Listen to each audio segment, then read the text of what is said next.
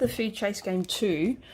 And I know we spoke about it very briefly. I think I gave you the documents and I said you got to sort of figure it out a little bit. Yeah. Okay. Yeah. So food chase games too is all about the obedience commands. Okay. Yeah, so that's where this one I was sort of coming in a little bit with that. That's fine. That's fine. So I'm going to teach you a little secret. So wink, wink, nudge, nudge. Okay.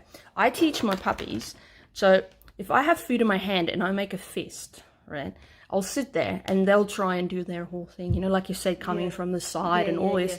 What I want is space. And when they give me space, I go, yep, open my hand. So what I'm going to teach my dog is open hand like this, means follow, you can get it, right? But closed hand is give me space. You can still follow it, but you can't force it. So that's how I do it. Because then what I do is when I have this, I can still lure my dog and reward and open my hand.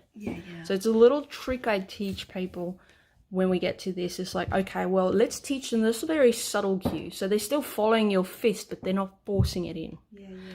Okay, because the food you've got at the moment is mushy. So she can get rewarded as she's moving. It's not a bad thing, but what if you run out of food? Biscuits that I can use. No, I'm just saying. So this is just one of those. If it's better, If it'll help you specifically.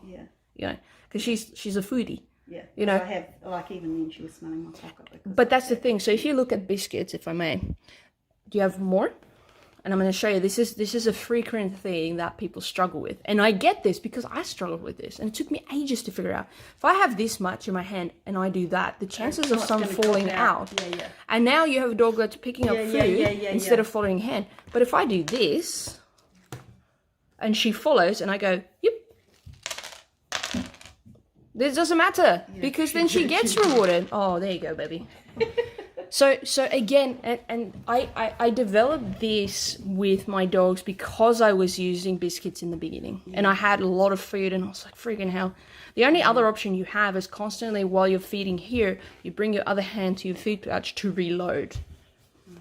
Yes, but not everyone can do that.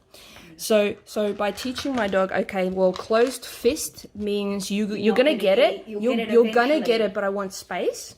And if my open hand, you can, because if my hand's open, I'll get that force in, like, okay. So that's a little trick of the trade, a little wink, wink, nudge, nudge. All right.